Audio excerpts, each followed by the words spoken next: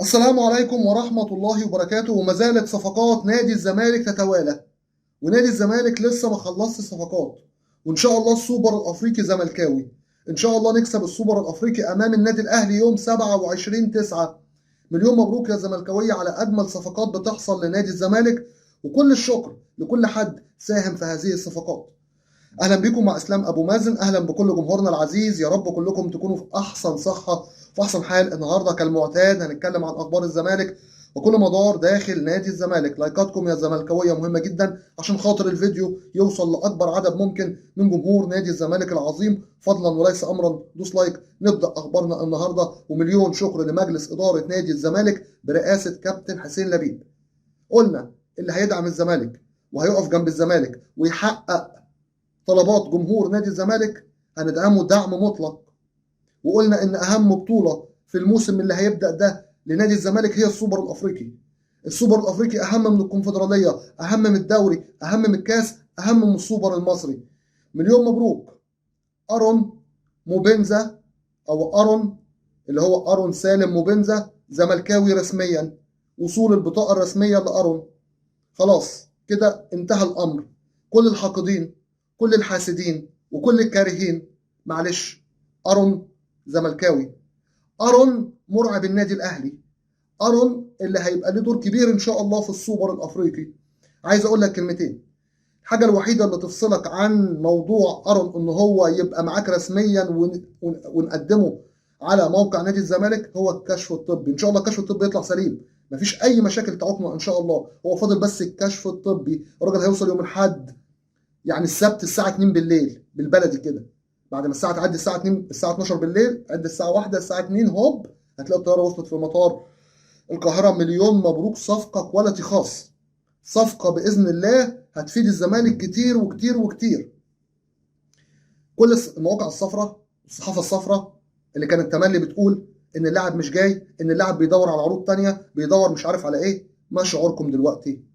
ما لونكم دلوقتي؟ الاصفر بقى احمر ولا لونه بقى ايه؟ من ضمن الناس اللي انا عايز الوم عليها اللي المفروض هي محسوبه على الزمالك لكن هي مش زمالك خالص، شادي عيسى. شادي عيسى قبل ما يتم الاعلان عن وصول البطاقه الدوليه لارون، قبل ما قبلها بساعتين نزل بوست وقال لك فيه احتمال ان وجهته تتغير او يغلي متطلباته الماديه. يا عم ده احنا بعتنا له تذاكر الطيران وبعتنا له المقدم والدنيا تمام، انت بتتكلم في ايه؟ ايه وجهته تتغير؟ انت كمان هتمشي تبع المواقع الصفراء ولا ايه؟ ولا ايه؟ ولا انت عشان بتطلع على قناتك زي ما بيوصلني بتقعد تقول بشكر الاهلاويه قبل الزملكاويه فعاوز تكسب الجمهورين؟ فانت عايز تقول ان هو ممكن ما يجيش عشان الجمهور الاهلاوي يخش ويتفرج ويقول يا رب ما يجي؟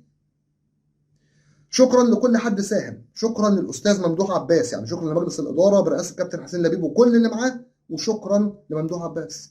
الاستاذ ممدوح عباس يبلغ اداره نادي الزمالك ان اي حاجه هيحتاجوها من هنا لحد يوم 12 عشان مباراه السوبر، من صفقات، من تدعيمات، من مشاركه، من مساهمه، هو حاضر. شكرا. زعلتنا كتير، حجزت على ارصده نادي الزمالك كتير، عملت لنا مشاكل كتير، لكن لما تدعم الزمالك وتعمل صفقات وتساهم، احنا لازم نشكرك، لازم نشكرك. عايزين نشكر كمان محمد حبشي وكيل اللاعب، وكيل ارون. محمد حبشي ده يا جماعه اللي جاب لنا جروس وسهل موضوع جروس العالمي. محمد حبشي ده اللي جاب اسوريو وفي نفس الوقت مشاه مع انه كان ماشي له فلوس وما خلوش يرفع قضيه على الزمالك. محمد حبشي شكرا، شكرا بجد، تستحق الشكر. ندخل على صفقه مهمه جدا، ويا عالم اداره الزمالك تقدر تقنع الاستاذ محمد ابو العينين من جديد. صفقه ايجولا مع نادي بيراميدز ما انتهتش ولا باظت، لا اسمها توقفت. توقفت. ليه توقفت؟ يوسف اسامه نبيه وكمان اللاعب اللي هو محمد رضا بوبو رافضين انهم يطلعوا في صفقه تبادليه عشان خاطر صديق الجوله، فالصفقه توقفت بعد ما خلاص اتفقوا هيودوا 3 لعيبه،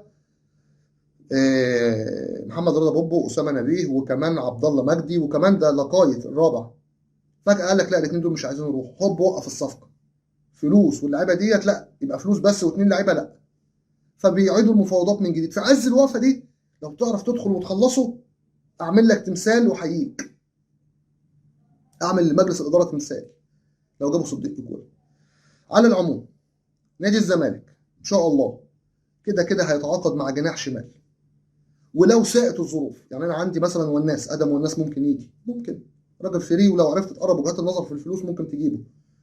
لو ما عرفتش تجيبه في اكتر من حد عندك بديل بتشوفه انت دلوقتي كاداره زمالك. لكن لو ما جاش انا مش هخوفك ولا ازعلك، اقول لك ان انا عندي اصلا ارون بيلعب برضه جناح شمال وجناح يمين، بس انا مش عاوز اخسره كراس حربه، بس برضه ينفع يلعب جناح شمال.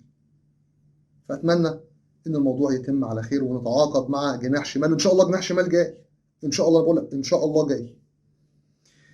ولسه الصفقات ما انتهتش، ونادي الزمالك يقترب من احمد حسام رغم دخول بيراميدز في الصفقه، لكن نادي الزمالك بيقترب، خلص لسه، لكن في تقريب لوجهات النظر.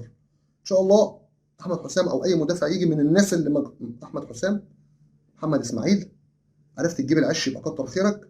عرفت تجيب مثلا كلوشه، بس مهندس ايمن الشريعي قافل على الزمالك خالص. مش المهندس ايمن الشريعي بس، لا، معظم الانديه تحس انها واخده تعليمات انها ما تديش صفقات لنادي الزمالك، خليك فاهم وعارف. معظم الانديه قافله على الزمالك من ناحيه الصفقات، ما اعرفش ليه. هل في ايه؟ حد قال لكم ما تدوش صفقات للزمالك ولا ايه؟ ما نشوف ان شاء الله. في صفقه مدافع جاي إيه كمان، محمود جنش.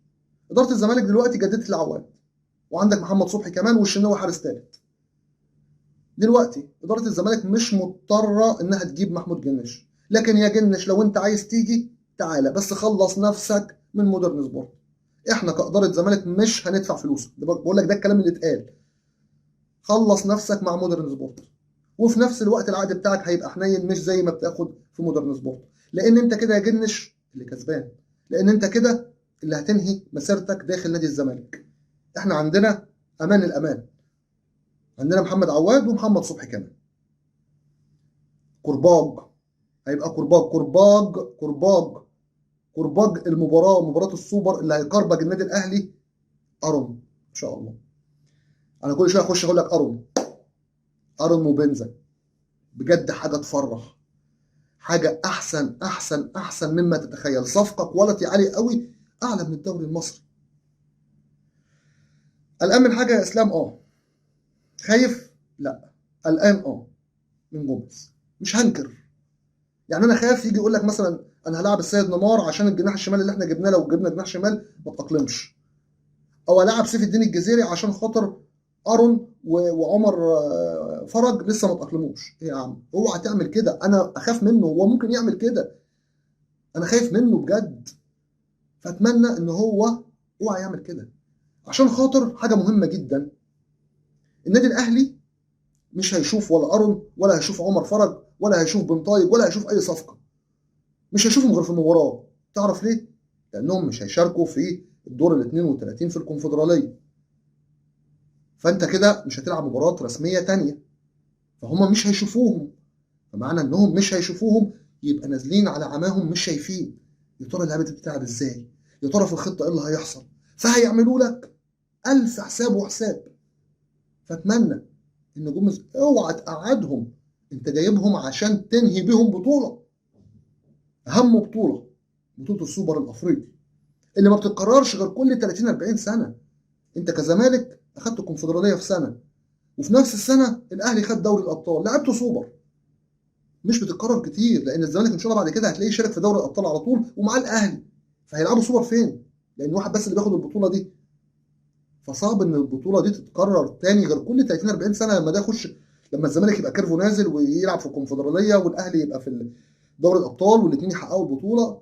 انت شفت ايمن منصور من 94، يعني بتتكلم في 30 سنه، يعني كل 30 40 سنه لو البطوله دي اتعملت. يلا نكسبها تاني مره من الاهلي ان شاء الله بالصفقات. الحرب اللي معموله على نادي الزمالك على الصفقات عشان يبوظوا صفقاتنا عشان خاطر السوبر، مش موسم، مش عشان خاطر تبوظ لك الموسم كله، لا، ده هي اهم حاجه عندهم السوبر وعندنا.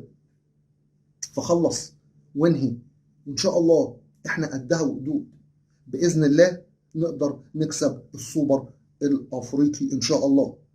معاك ناصر ماهر، معاك عبد الله السعيد، معاك عمر جابر، معاك حمزه المسلوسي، معاك احمد زيزو. وجود احمد زيزو داخل نادي الزمالك نعمه كبيره. جبنا صفقات والحمد لله ما بعناش زيزو، جبنا صفقات وما بعناش زيزو. فزيزو بالنسبه لي صفقه واهم صفقه. عشان الزمالك حب في قلبنا هندعم عن نادي الزمالك، مش هنتخلى ابدا عن نادي الزمالك، ودائما وابدا في ظهر نادي الزمالك الى ان ينتهي بنا العمر. اترككم في رعايه الله وامنه وحفظه، ولكم مني خالص حبي وتقديري واحترامي. ان شاء الله القادم افضل. مليون مبروك لمصر، فوزنا المهم جدا على الكاب فيردي او الرأس الاخضر، وشفت حلويات واسيست زيزو. ومبروك لمنتخب مصر، وحسام حسن ماشي بالمنتخب كويس بالنتائج. اترككم في رعايه الله وامنه وحفظه، ولكم مني خالص حبي وتقديري واحترامي. ان شاء الله القادم افضل. عاش الزمالك حب في قلبنا، والسلام عليكم ورحمه الله وبركاته. يا احسن واعظم واوفى جمهور في الكون، جمهور نادي الزمالك العظيم.